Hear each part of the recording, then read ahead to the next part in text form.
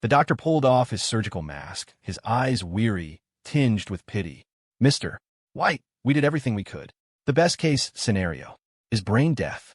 I gently wiped down the body of my motionless wife, Selena Vance, lying in a hospital bed. She still looked like a perfect porcelain doll, just without a spark of life. Only I knew that in another month and a half, our godforsaken 5-year contract would finally be over. Not only would I get the final payment of $1 million, but I'd also be completely free from this hollow marriage. Free.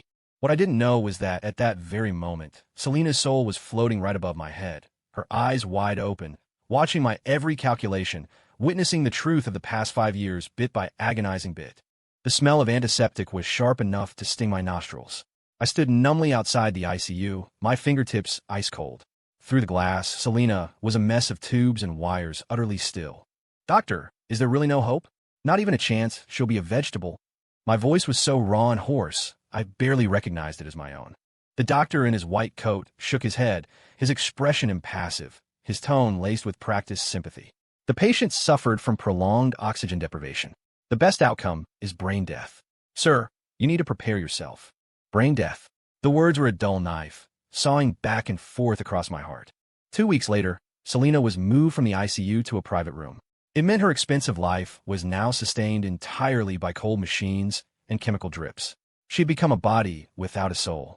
Dragging my exhausted, weakened body, I wrung out a warm towel and began to wash her. Her skin was still smooth, but it was a pale, bloodless white. 5 years. Just 1.5 months left on this contract. For 5 whole years, I had been her shadow, managing her life, fending off the vultures who circled her. And she, the high and mighty heiress of the Vance family, had always treated me with a cool indifference, her eyes filled with undisguised contempt and distance. The irony was, even now, with her like this, I was still the one at her bedside. The door creaked open, interrupting my thoughts. Jake! It was Mark Callahan, my best friend since middle school. He looked like he'd been through hell, clearly having rushed over the moment he heard the news. He stormed over to me, snatched the towel from my hand, and slammed it back into the basin. Water splashed across my face. Look at you. What the hell are you doing? You look like a ghost. Mark's voice was a low growl, thick with anger. She's like this, and you're still standing watch? Didn't you hear the doctor? Brain death. How was that any different from being dead? I didn't say anything. I just bent down, picked up the towel, soaked it again, and continued wiping her arm. Seeing me so unresponsive, Mark's anger boiled over. His chest heaved. Jake, snap out of it. For 5 years, you've done so much for her. Does she know? Does she give a damn? Has she ever once treated you like a human being? He grabbed my wrist, his grip so tight, I thought the bones might crack.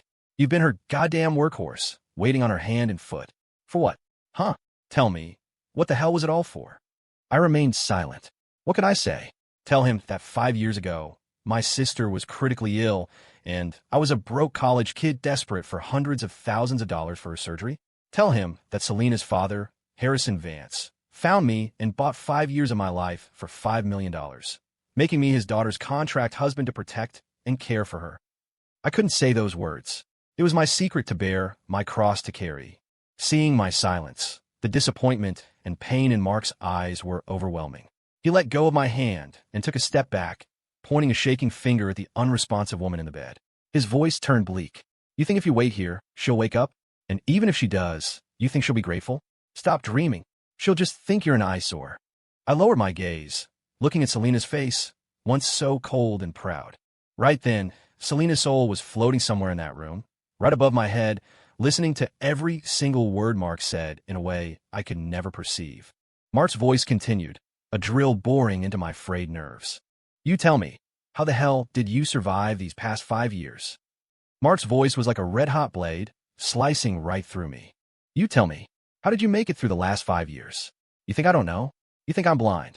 He yanked up the sleeve of my right arm, revealing a gruesome scar that snaked from my elbow down to my forearm like an ugly centipede. This one, and the even longer one on your thigh. How many times did you take a knife for her in college? Huh? Why don't you count them yourself? I stayed quiet, trying to pull my arm back, but he held on tighter. Don't you play dumb with me, Jake. Back then, where was her precious one that got away? Trevor Cole. He ran faster than a rabbit. It was you, you idiot, who saw her get knocked out, bleeding from her head, and ran back in to save her. And what was the result?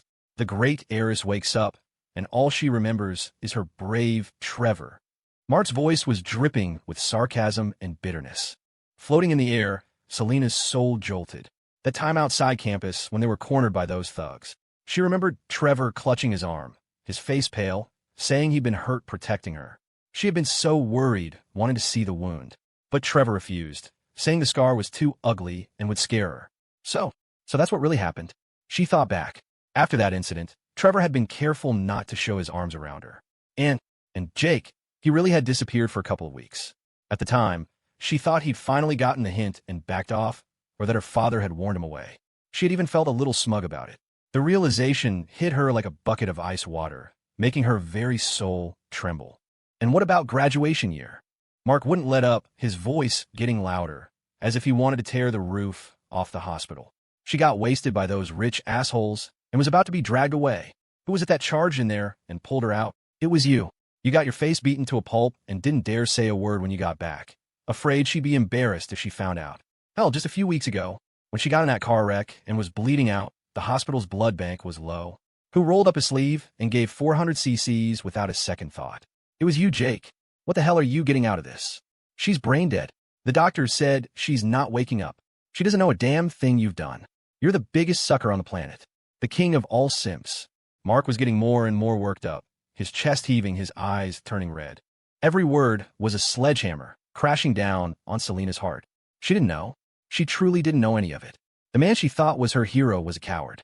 And the contract husband she disdained was the one who had quietly given everything for her. Her coldness toward me, the way she summoned and dismissed me at will, all of it now turned into the sharpest of knives, slicing her soul to ribbons. Mark seemed to have run out of steam.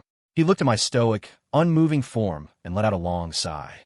Filled with endless disappointment and exhaustion, he threw his hands up, turned, and slammed the door behind him with a deafening bang.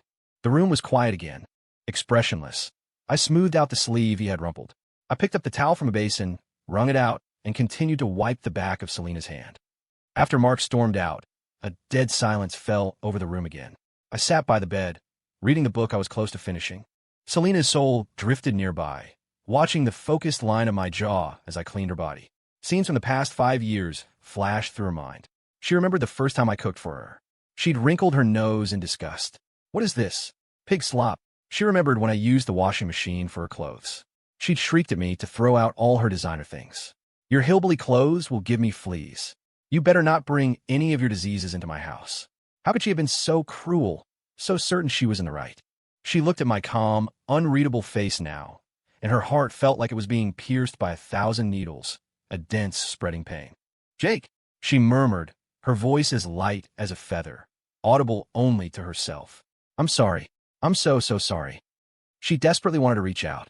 Just like she had imagined countless times, she wanted to gently touch my cheek, to feel my warmth. But as her trembling hand reached forward, her fingertips passed right through my face without resistance. Then through my shoulder, my body. She couldn't touch anything. She couldn't hold on to anything. A vast, crushing sense of powerlessness and terror seized her. She was a prisoner trapped in a transparent bell jar, able to see and hear everything but unable to participate, unable to change a thing. Why? Why is this happening? She stared blankly at her own hands. Silent tears streamed from the eyes of her soul form, but they were just as intangible as she was. 3 more days passed like this. That morning, I was carefully washing her hair with warm water, tried to keep it clean and fresh. The door to the private room creaked open and was shoved violently aside. A figure burst in, her voice a theatrical wail. Selena, my poor Selena, how could this happen to you? It was Serena Shaw, the woman Selena always called her best friend. Dressed head to toe in designer labels, her makeup perfect, she threw herself at the bedside. She grabbed Selena's hand, which was lying outside the blanket, and started sobbing hysterically. Selena, how could you have such a horrible accident? We were supposed to go to the Maldives together next month, remember? You still haven't bought me that limited edition bag you promised. Wow. How could you just? She cried, shaking Selena's hand with enough force to make her wrist turn red. I put down the towel, my voice as cold as ice chips. Stopped grabbing her hand and crying all over the place. Serena's sobs cut off abruptly. She turned her tear-streaked face to me, a flicker of annoyance in her eyes. I continued, my face a blank mask. Don't you want her dead more than anyone? What are you putting on this show for? Jake, Selena's soul screeched from the sidelines, her little fists clenched, wanting nothing more than to punch me in the face. How dare you talk to my best friend like that? Have you no manners? Serena is genuinely heartbroken for me. She swung her fists and charged, but as expected, she passed right through my body, hitting nothing. My words struck Serena like a physical blow. The grief on her face froze for a second. Then she reacted like a cat whose tail had been stepped on, frantically retorting, What nonsense are you talking about? How could I possibly want Selena to die? We're the best of friends. We're closer than sisters. Don't you dare try to stir up trouble. Her voice was shrill, her eyes darting nervously. Selena's soul froze too. She looked at Serena's overly dramatic reaction, then back at my calm, unmoving face. Jake, why would he say that? Could Serena? For the first time, a tiny, almost imperceptible seed of doubt about her best friend's tears was planted in her heart. Serena was still flustered from my accusation, her face shifting between pale and red. Just as she was about to argue further, the door was pushed open again. This time it was a man. He wore a perfectly tailored designer suit. His hair was slicked back without a single strand out of place, and a dazzling, limited edition watch gleamed on his wrist. It could only be the man Selena had mooned over for years, her first love, Trevor Cole. A flash of surprise crossed my eyes, not because he was here, but because he had actually come back from abroad. 3 years ago, after Selena and I got our marriage license, this great Mr. Cole had declared, now that you're married, we probably shouldn't see each other anymore, and jetted off to Europe. I thought he'd never set foot in this country again. Seeing Trevor, Serena looked as if she'd found her anchor. The panic on her face vanished, replaced by a subtle, almost triumphant look. The moment Selena's soul saw Trevor, her angry expression froze, replaced by a complex, indescribable wave of emotion. I broke the silence, my gaze calm as I looked at Trevor. Did you come all the way back from Europe to take care of her after you heard what happened? Trevor's eyes swept over Selena's body on the bed. There wasn't a shred of concern in his gaze. Instead, it held a hint of disgust and impatience, as if he were looking at something dirty. He let out a short, sharp laugh, his voice dripping with scorn. Take care of her? Jake, are you out of your mind? She's your wife. It's your job to take care of her. What's it got to do with me? He paused, a greedy smirk playing on his lips. If it weren't for some stupid contract she signed when we were dating, something about leaving me a piece of her fortune if she died, you think I'd come to this depressing place? This is such a damn pain. I'm afraid her bad luck might rub off on me. As he said this, Serena's expression became strangely playful. Floating in the air, Selena's soul shuddered violently. Her spectral eyes were fixed on Trevor, the faint glimmer of hope that had remained now extinguished as if by a hurricane, leaving behind nothing but ice. Trevor either didn't notice or simply didn't care about the feelings of a vegetable in her soul. He seemed to have opened the floodgates, his tone growing more flippant and cruel. You think I actually loved her back then? Please, I was just having some fun.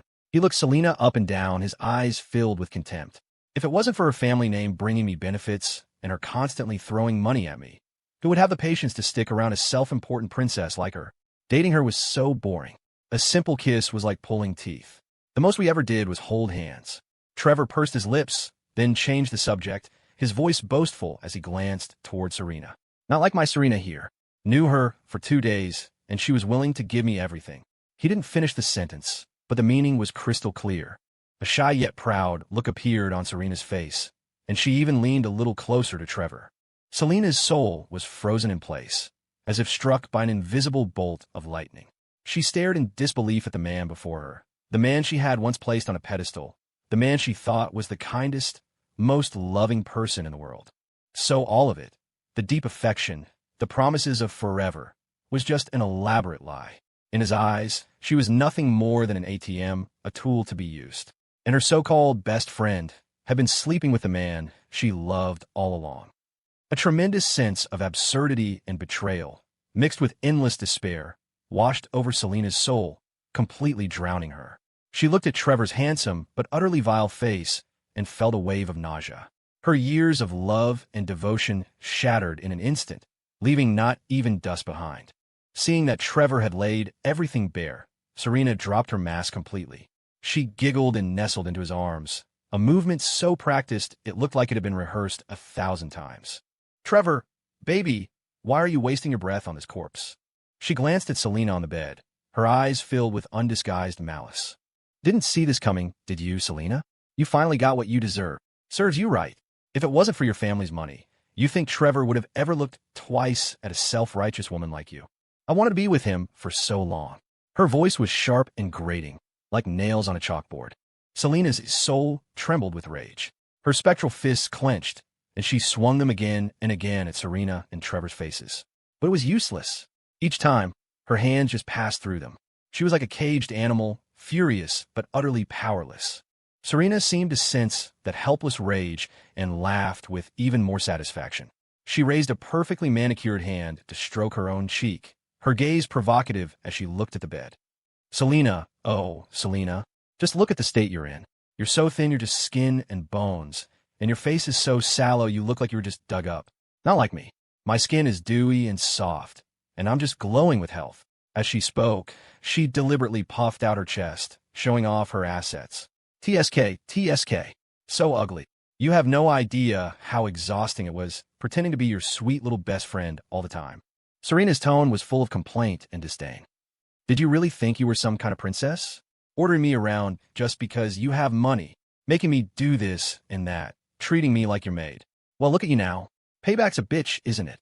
She cackled, clinging tightly to Trevor's arm. Oh, right. One more thing I forgot to tell you. Serena leaned in and kissed Trevor on the cheek, then announced with the air of a victor, Trevor and I have been together for a long, long time. While you were thinking he was pining away for you, he was sleeping in my bed every night. Didn't see that one coming, did you? Ha ha ha. Every word was a poisoned dagger, plunging deep into Selena's heart. The outline of her soul seemed to dim, her eyes now filled with nothing but endless regret and overwhelming fury. Liars. They were all liars. The two people she had trusted most had been conspiring to deceive her from the very beginning. Trevor watched Serena's gloating display without a word of protest, a permissive smile on his face. Finally, he turned his attention to me, who had been silent the whole time. His gaze was that of someone looking at an annoying insect. Jake, oh Jake, he sneered, his voice oozing with superiority. Look at you, such a pathetic man. Taking a knife for her? What was the point? Doing all that for her? What did it get you? In the end, she's just going to die anyway. You won't see a dime, and you'll probably have to watch me collect her inheritance. He patted my shoulder, the gesture deliberately insulting. Tell me, what was it all for? It's just pathetic, a simp through and through. And for what? Nothing. TSK, TSK. He shook his head as if I were the biggest joke in the world. Trevor leaned in closer, his handsome face contorted with a sickening sense of superiority. Jake, oh Jake, you really are a pathetic man. He clicked his tongue, as if appraising a worthless piece of junk. Taking a knife for her? What was the point? Doing all that for her? What did it get you? In the end, she's just going to die anyway, he said lightly, as if discussing some amusing, irrelevant story. You won't see a dime, and you'll have to stand by and watch me collect her inheritance. Tell me, what was it all for? He reached out to pat my shoulder, but I stepped aside, avoiding his touch. He wasn't annoyed. In fact, he just grinned wider. His laugh was grating, and Serena joined in with a high-pitched giggle, her body shaking. Tomorrow, Trevor said, his smile fading slightly, though the arrogance remained. I'm going to the notary to get the money I'm owed. His eyes, cold and menacing, swept over me. You, make sure you get her brain death certificate. Don't waste my time, or else. He paused, lowering his voice, the threat now naked and clear. I'll kill you. I stared at him, my face blank. Kill me? He wished. A spineless leech like him, who only knew how to swagger in front of women, was all talk. Trevor seemed irritated by my impassive response and frowned. What a downer, he muttered, waving his hand dismissively as if brushing away dirt. Stay in a place like this too long, and you start to smell like a corpse. He took Serena's hand. Let's go, Serena. Don't let this guy's bad vibe ruin our mood. Serena immediately clung to him like a vine. Before leaving, she couldn't resist glancing back at Selena on the bed with a look of pure, gleeful malice. The door slammed shut, cutting off their voices. The room returned to its previous silence, though the air still reeked of their cheap cologne and shamelessness. Selena wanted to fly at them, to claw their faces to shreds. But she could do nothing. I picked up the towel I'd set aside, re-soaked it, and wrung it out. I went back to my unfinished task, wiping down Selena's arm. One stroke after another. My movements were gentle and methodical, as if the whole ugly scene had been nothing more than a swarm of annoying flies passing through. Are you laughing at me? A faint voice whispered, thick with emotion, speaking to no one. After all, I was so awful to you for 5 years. I never imagined you did so much for me. How How could I have been so stupid, so blind? To not be able to tell the difference between a predator and a protector? Her voice was filled with regret and self-loathing, and a fragile vulnerability I'd never heard before. My hands didn't stop. I just felt that it was all coming to an end. 5 years. A long, hard sentence. And now, my time was almost served. My feelings for her, at least right now, were gone. All that was left was a sense of contractual duty and a sliver of anticipation for the freedom that was coming. Soon, I could take the money, leave this place, and go find my sister. Not long after those two clowns had scurried off, the door opened again. This time, it was Selena's father, Harrison Vance. He looked tired, his eyes holding the shrewdness of a businessman mixed with a hint of apology he couldn't quite hide. His presence helped to dissipate the lingering stench of Trevor's cologne and Serena's vitriol. He walked to the bedside, glanced at his pale daughter, then turned to me. "Jake, these past 5 years must have been hard on you." His voice was sincere. I didn't speak, just nodded. Hard. That was an understatement. "The contract is almost up," he said, pausing as if choosing his words carefully. "What are your plans? Do you want to continue?" Continue? I almost thought I'd misheard him. Continue being a workhorse? Continue enduring his daughter's cold glares? "Mr. Vance," I said, my voice even, "when the contract ends, I'll be leaving." He didn't seem surprised. He sighed. "I suppose so. The Vance family has done you a great wrong. How about this?" he said after a moment's thought. "If you don't plan on staying, I'll personally give you an extra $2 million. Consider it a bonus for your hard work and a small token of our family's apology." $2 million, added to the final $1 million from the contract, and the other bonus he'd mentioned before. That was enough to ensure my sister would be comfortable for the rest of her life. I calculated it in my head, my face remaining passive. The money. Of course I'd take it. I had earned it. I had hoped that, over time, my daughter might mature a little, that she might see how good you are, Harrison said, his voice tinged with helplessness and a guilty conscience. But that temper of hers, she was truly awful to you. These are things that even we, as parents, can't fully control. Temper? It was more than a temper. It was sheer cruelty. Floating in the air, Selena's soul shuddered. So it was her father's arrangement. To protect her? All this time, she thought I was a shameless leech who had latched onto her, that my father had been fooled by me. She remembered how she had treated me. The first breakfast I made for her, she'd called it pig slop and thrown in the trash. When I used the washing machine for her silk nightgown, she'd screamed that anything touched by my filthy hillbilly hands was disgusting, that it would give her fleas and diseases, and ordered me to get out. She also remembered that besides herself and her father, the few relatives who visited would look at me with a subtle, pitying expression. Back then, she thought they were just being fooled by my honest act. Now she realized they probably weren't just pitying me, the kept man. They were pitying her, Selena Vance, for being so blind, so hopelessly stupid, for mistaking a diamond for a worthless pebble, for treating a true heart like garbage. Tears fell silently from her soul form, touching nothing. Regret washed over her like a tidal wave. All along, the most unreasonable, the cruelest, the most foolish person had been her. Harrison was still talking, saying some polite, meaningless things. I listened, but my mind was elsewhere. 5 years. It was finally over. I truly had no feelings left for Selena Vance. At least not anymore. Once the contract was up and I had the money, I would take my sister and go far away. This city, this person, this entire mess, none of it would have anything to do with me ever again. At the thought, even the air felt fresher. The next day, I didn't go to any notary's office. Get a certificate for Selena? I had better things to do. Besides, the contract stated in black and white that I was responsible for her personal safety until the very end. The way she was now, if something happened, I'd be held liable. Trevor wanted his money? He could wait. Sure enough, that night, the door to the room was shoved open violently. Trevor and Serena stalked in, their faces masks of impatience and fury. Trevor's pretty boy face was as dark as a thundercloud. "Jake, what the hell is your problem?" he demanded, as if I owed him $1 million. "Where's the certificate I told you to get?" I glanced at him and said nothing. With people like him, the more you engage, the more they escalate. Serena chimed in with a sneer. "Trevor, why are you wasting your breath on him? It's obvious he's doing this on purpose. He doesn't want you to get the money." As she spoke, her venomous gaze slid from Selena on the bed to me. Some people just can't stand to see others get ahead. The two of them carried on their little performance as if I wasn't even there. Fine by me. Save me the trouble of talking. I just watched them quietly, waiting to see what new lows the scumbags would sink to. Trevor was clearly out of patience. He shot me a vicious glare, then, without another word, marched toward Selena's bed. His eyes were wild, like he was ready to tear someone apart. Serena followed close behind, a cruel, excited gleam in her eyes. My stomach clenched. What are they planning? A second later, I understood. Trevor reached out, his target clear, Selena's oxygen tube, and the 4-line in the back of her hand. Damn it, if she's going to hang on like this, I might as well make it final, he snarled, his voice thick with greed and rage. That way I can get my money sooner. And you pathetic simp, don't you try to stop me, he threw over his shoulder, his eyes full of contempt. Hurry up, Trevor. Stop wasting time. Serena urged from the side, her voice a shrill hiss. She was so eager, it was as if every extra second Selena lived was a personal torment to her. Once we get the money, we can go far away and never have to look at this depressing crap again. Son of a bitch.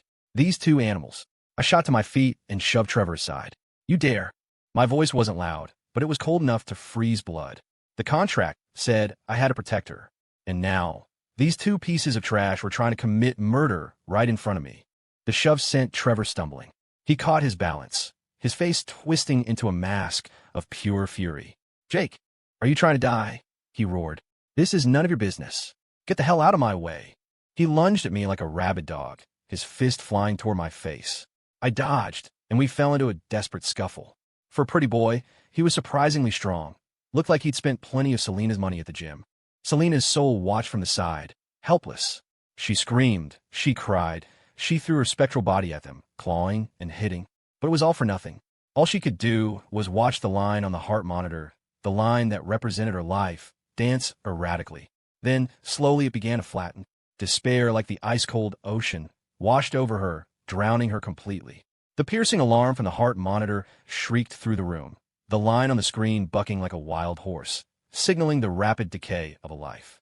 Trevor's murderous hand was just inches from the oxygen tube at Selena's nose. Get back, I yelled, throwing all my weight into him and slamming him away. He stumbled back, his eyes burning with a murderous rage. Jake, you son of a bitch, you're dead. He came at me again, fists flying like rain. I ignored the pain, wrapping him up, keeping him away from the bed at all costs. I had one goal, by time, even one more second.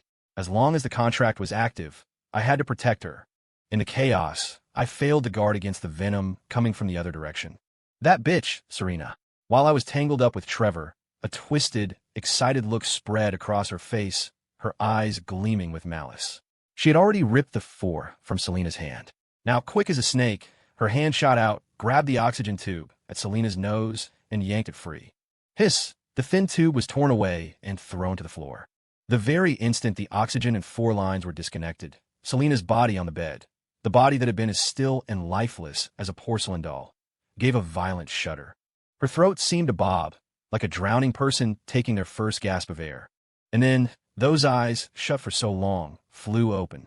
They were not the vacant, unfocused eyes of a coma patient, nor the weak, hazy gaze of someone recovering from a long illness. They were sharp as lightning, cold as steel. Filled with an infinite chill and a towering inferno of rage, they locked onto Serena, who was standing by the bed. Time seemed to freeze. Serena's face was still twisted in a triumphant sneer. Trevor was still seething with rage at my interference. And then, the impossible happened. Selena's arm, so thin it was just skin and bone, shot up with unbelievable strength.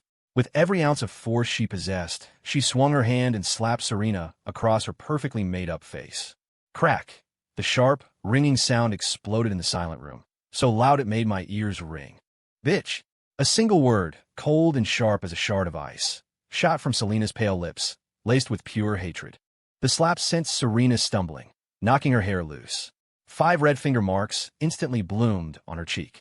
She clutched her stinging face, staring in disbelief at the woman who had suddenly come back to life. She was completely stunned, her eyes wide with terror and confusion. My fight with Trevor stopped dead. The snarl on his face froze, replaced by an expression of ultimate horror. The color drained from his face, his pupils shrinking in shock. He stared at Selena as if he'd just seen a ghost. Selena was awake. No, this was more than just awake. That look in her eyes, that aura she projected. It was nothing like someone who had just clawed their way back from brain death.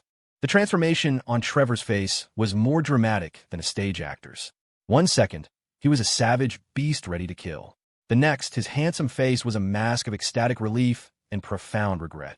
With a thud, he dropped to his knees beside the bed, the sound echoing dully on the hard floor. Baby, baby, you're finally awake, he howled, tears and snot running down his face. His performance was so over the top, so utterly shameless. He deserved an Oscar. All my sleepless nights watching over you, taking care of you, it was all worth it. Do you know how worried I was? I was dying inside. As he wailed, he tried to grab Selena's hand. His wrist, with its expensive watch, accidentally banged against the cold metal bed rail with a loud clang, as if to prove his long-suffering ordeal. He looked so pathetic, the tears flowing on command. At a glance, you might almost believe him. Serena snapped out of her shock. Though her cheek was still throbbing, her survival instinct kicked in, and she immediately played along. It's true, Selena. You have no idea how worried Trevor was. We were going crazy with worry. She tried to squeeze out a few tears, but her acting skills weren't up to par. Her dry sobs just sounded ridiculous. On the bed, Selena's eyes were as cold as a scalpel. She watched their performance in silence. No expression, no words. Then, from between her pale lips, she uttered a single word. Get. The sound was quiet, still raspy from her long illness, but it hit Trevor and Serena like a sledgehammer. Trevor's crying stopped cold, the expression on his face frozen. Baby, what's wrong? Are you not feeling well? It's me, Trevor. Don't you recognize me? He asked, trying to continue his act, his voice filled with feigned hurt and confusion. Serena quickly chimed in. Selena, you must have misunderstood. Why would we ever try to hurt you? We were worried about you. Worried about me? Selena finally spoke again, her voice just as flat. Worried I wasn't dying fast enough, so you decided to personally pull my oxygen tube and foreline? With every word she spoke, the color drained further from Trevor and Serena's faces. No, that's not it at all, Trevor said, frantically waving his hands, beads of cold sweat forming on his forehead.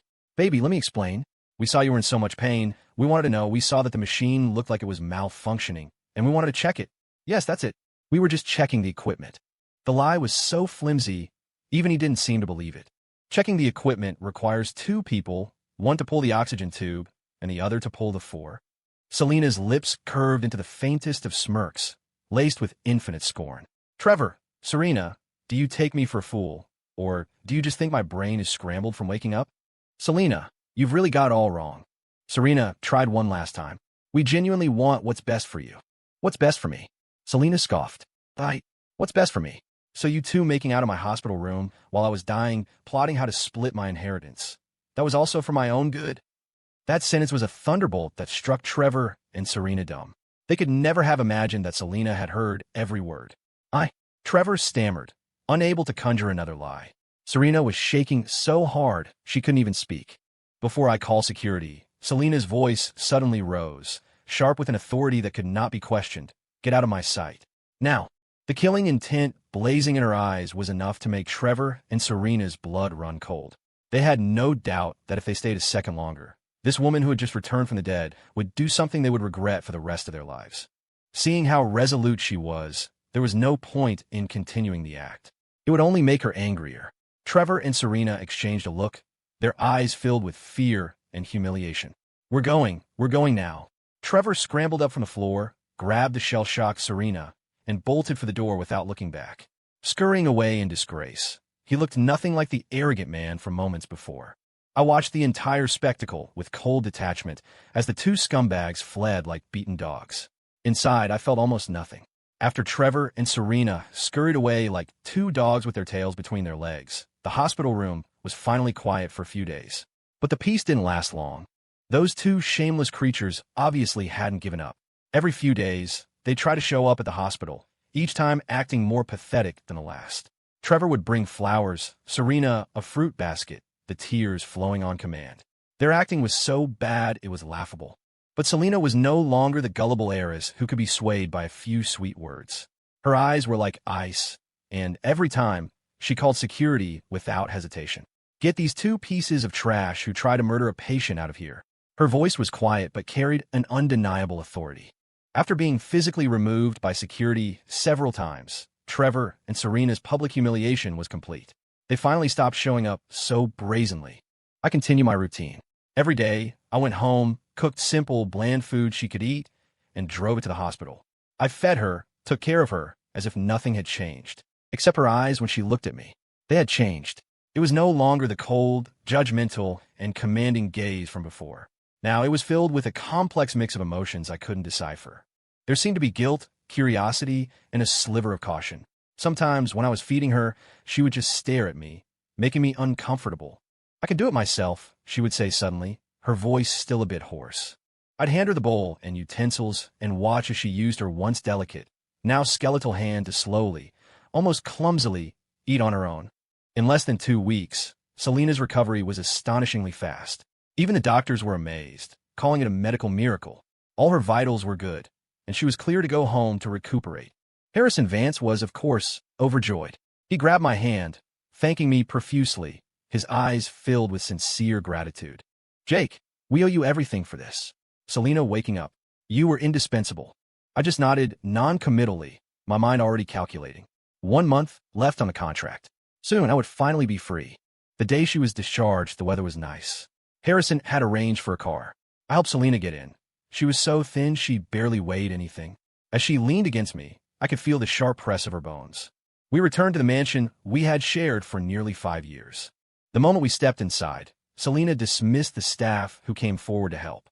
She stood in the middle of the living room, her eyes deep and inscrutable as she scanned her surroundings. Then, she turned to me.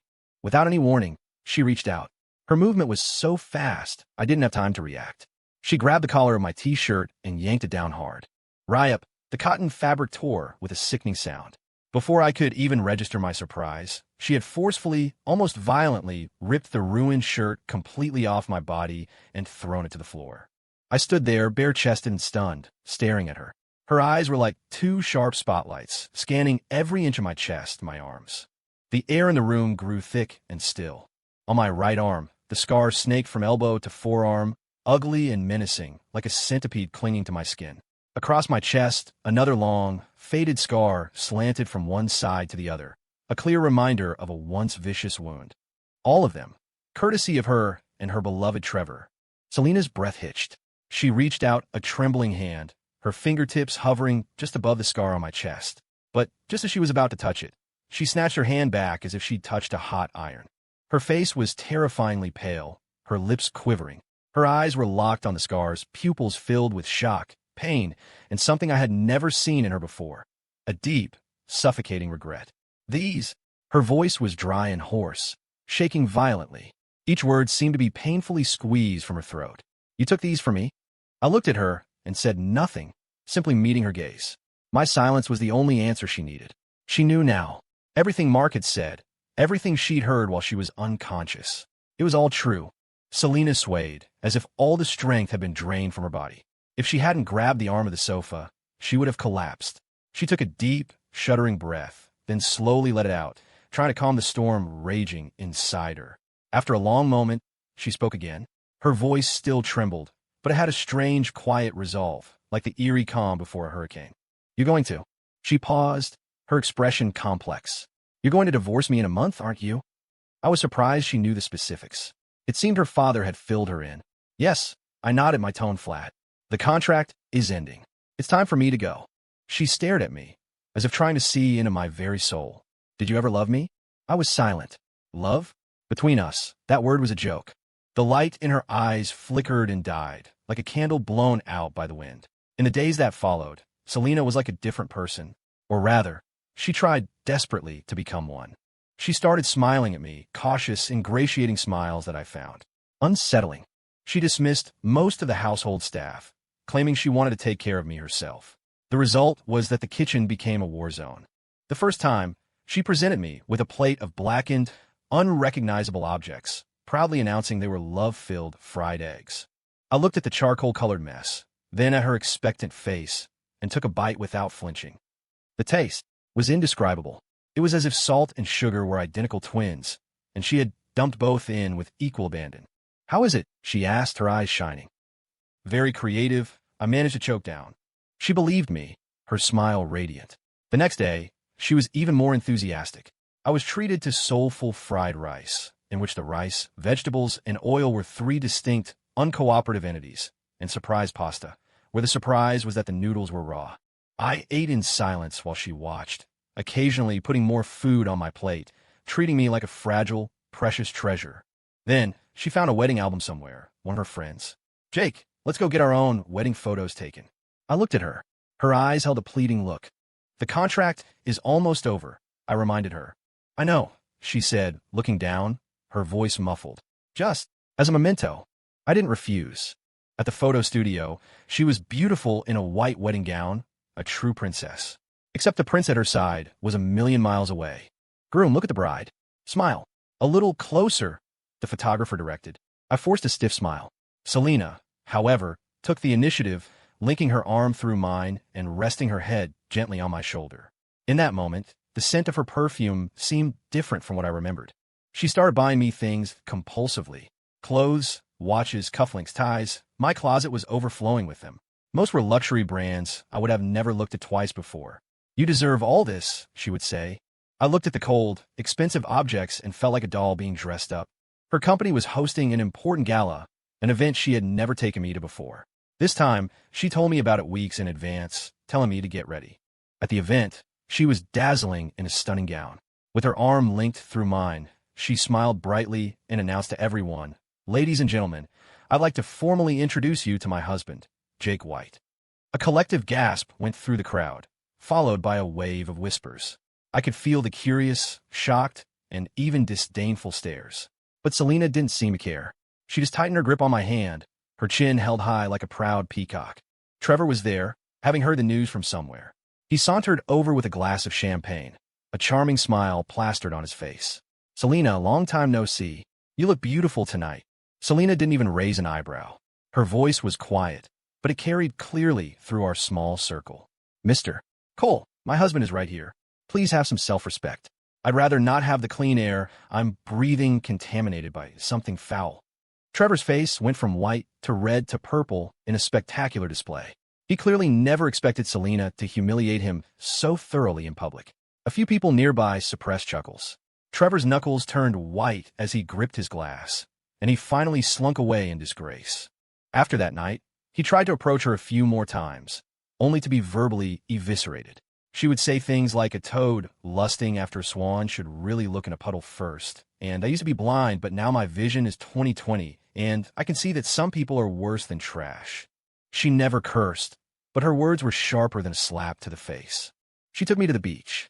We acted like any other couple in love, taking pictures, chasing each other on the sand. She laughed, genuinely happy like a child. That night, we stayed in a room with an ocean view. There was only one bed. "Jake, let's sleep together tonight," she said, looking at me with a mixture of hope and anxiety. I didn't answer. She took my silence as consent and pulled me firmly onto the bed. She held me from behind, her arms thin but strong. I could smell the clean scent of her hair. My body was stiff. For 5 years, we had slept in separate rooms, our lives entirely divided. This sudden intimacy felt alien. I could sense something was wrong. She had changed, developing a powerful dependency on me, an almost obsessive possessiveness. The more she acted this way, the tighter the string inside me pulled, the one that longed to leave. During that final month, Trevor's disgusting face kept popping up like a persistent fly. The first time, he showed up at our office building with a huge, tacky bouquet of red roses. Selena got out of the car. I was driving and saw him without even frowning. "Mr. Cole, my husband dislikes the smell of roses, especially when they've been tainted by scum."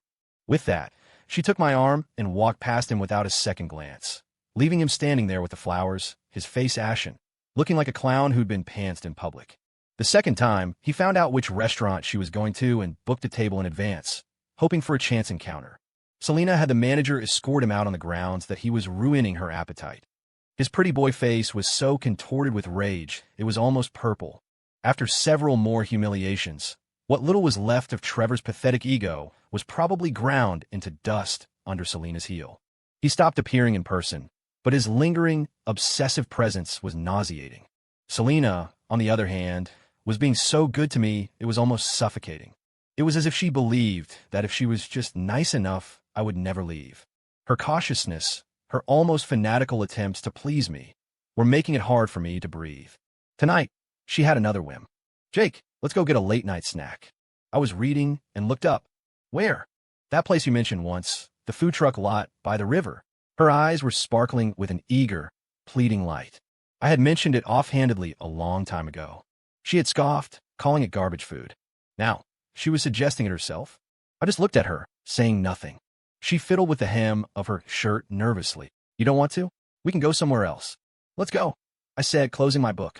A huge smile spread across her face, as if I'd just handed her the world. We had just pulled out of the mansion's garage and hadn't gone far.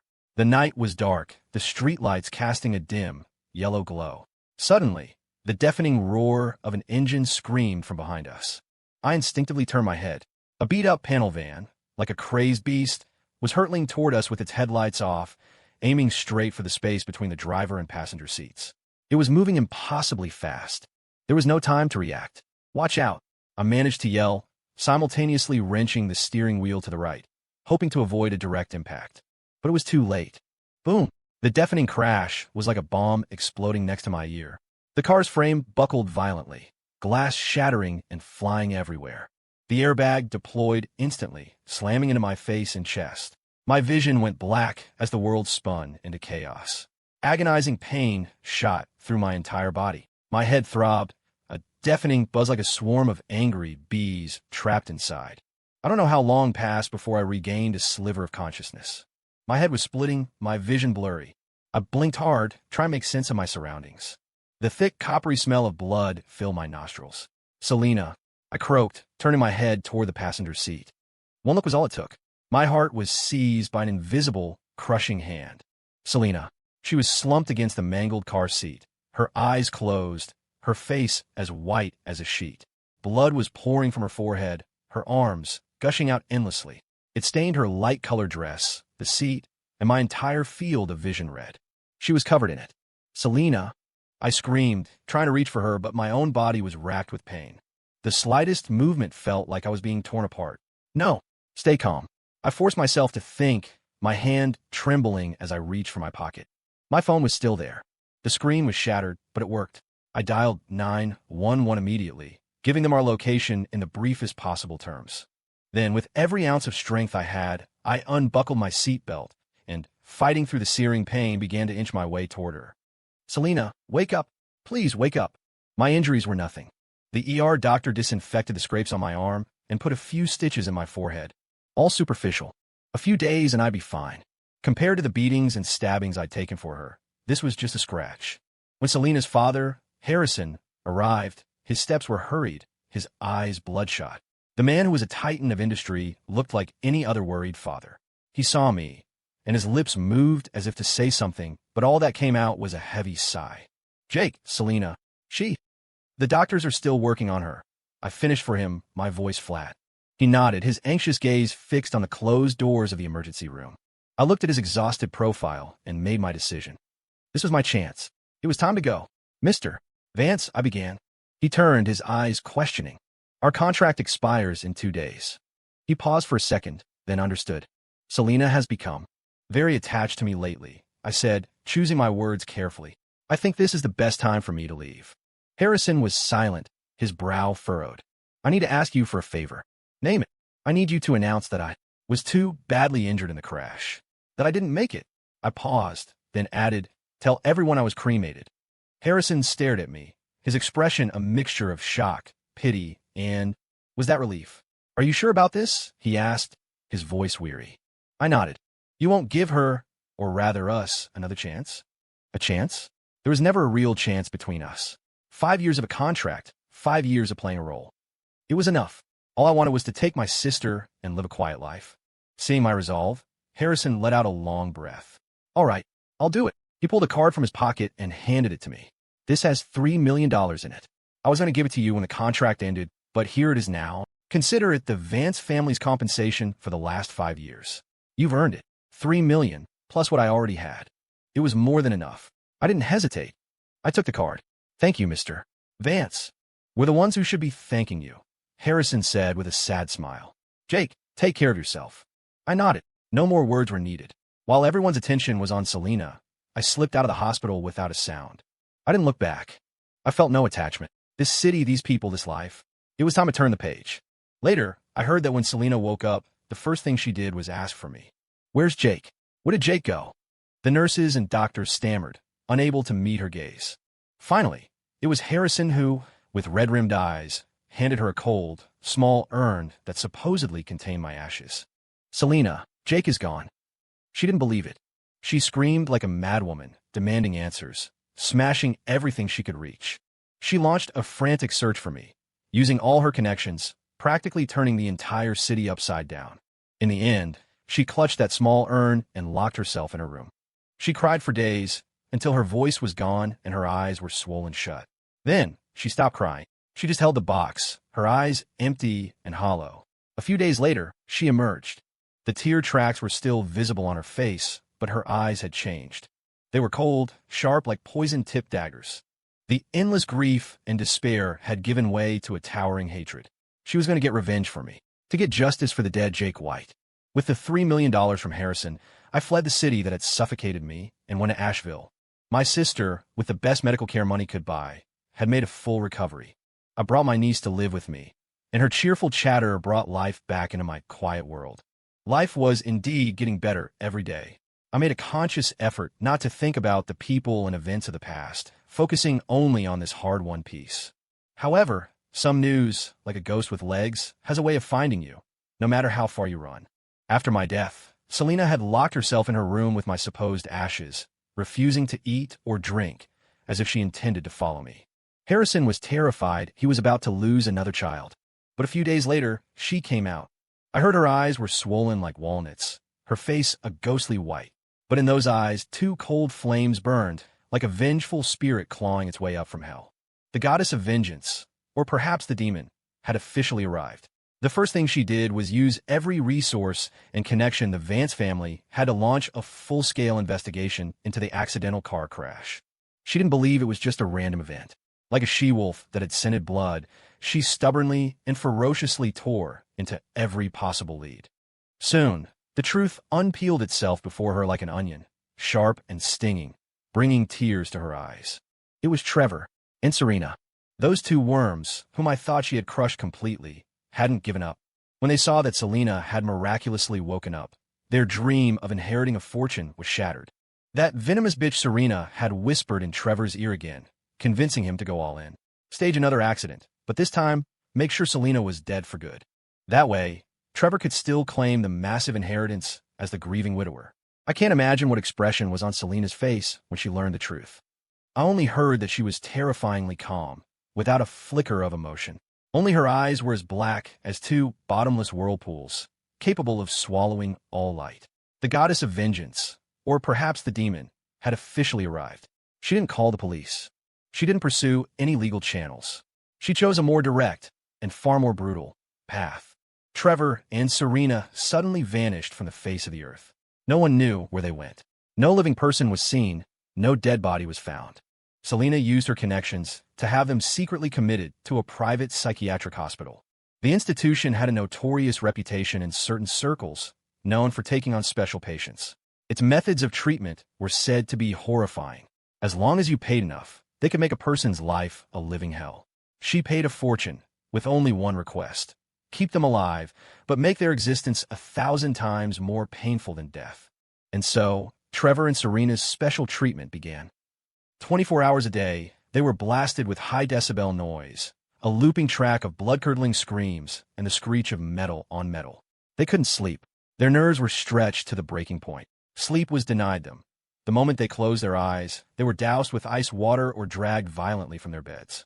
Electroshock therapy became a daily routine. Low currents sent their bodies into convulsions, foam frothing at their mouths as they howled in agony. They were force-fed a cocktail of unknown drugs. Some made them so hyperactive they couldn't sleep for days on end. Others left them so weak they couldn't lift a finger. Worst of all, they were strapped to beds in separate rooms, their wrists and ankles rubbed raw and bloody by coarse leather restraints. Then, the staff would unleash genuinely violent, aggressive patients into their rooms, letting the unhinged inmates beat, bite, and brutalize them. I couldn't imagine such a scene, but just hearing about it was enough to make my skin crawl. In less than 2 weeks, the once dapper Trevor and the glamorous Serena were reduced to two shuffling, mindless husks. They became insane, dressed in rags, reeking of filth, unable to control their own bodies. The only words they could speak were a broken, looping plea. I was wrong.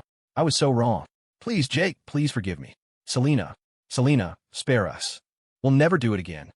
They chanted my name over and over, the name of a man they thought had been turned to ash, begging a dead man for forgiveness. The irony was staggering. I heard that Selena would occasionally receive videos from the institution. In them, the two scumbags writhed on the filthy floor like maggots, crying and begging for mercy. She would watch them with a blank expression, then calmly delete the file. Was her revenge complete? Maybe. But the once proud and cold, later obsessive and loving Selena, after personally casting her enemies into hell, seemed to have had her own soul fall into an even deeper void. My death had taken her love and birthed her hate. I just wondered, after all that hate was spent, what she had left. The nights in Asheville were quiet, not like that other city, which was always roaring with a noise that grated on my nerves. I watched the stars twinkle outside my window, thought of my sister sleeping peacefully, and a small smile touched my lips. A beautiful, slow-paced southern town, far from the chaos and shadows of my past. The weather in Asheville was mostly mild and sunny. I learned to make a few small investments, nothing major, but enough to keep us comfortable. My greatest joy was playing with my niece and listening to my sister's gentle nagging about everyday things. The past that had once crushed me felt like it had been washed clean by the river. My sister had found a new passion, too. She'd gotten into gardening, and our balcony was a riot of color. I never had the chance before, she'd said. Now I'm going to live well and see all the beautiful things in the world. Our little family was happy. This peace was a luxury I couldn't have even dreamed of during those 5 years. Just like that, a year passed. One weekend, I took my niece to the biggest mall in the city to buy a toy. The little girl held an ice cream in one hand and my hand in the other, her face flushed with excitement. Uncle Jake, I want that biggest doll. All right, whatever you want. We're high rollers today, I laughed, tapping her little nose. As I bent down to talk to her, something in my peripheral vision caught my eye.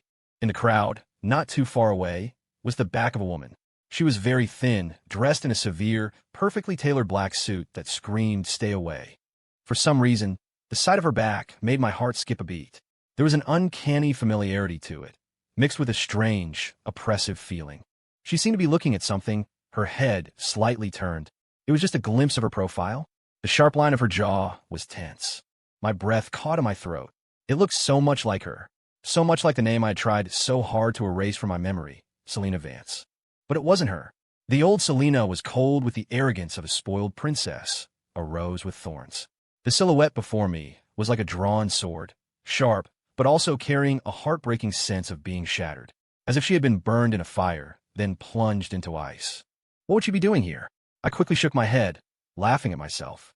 What was I thinking? An heiress like Selena Vance was probably back in her city, living her life as a queen. She would never show up in a small town like Asheville, especially not in a regular mall like this. It's a big world. People look alike. It was perfectly normal. I'd probably been living too comfortably lately, letting my mind wander. "Why'd you stop?" my niece asked, tugging on my hand. I snapped back to the present and smiled down at her. "Nothing, just thinking about something." I didn't look back at the woman. Squeezing my niece's small hand, I led her into the bustling crowd, toward the warm, real sunlight that was now my life. The past was the past. It was time to let it go for good.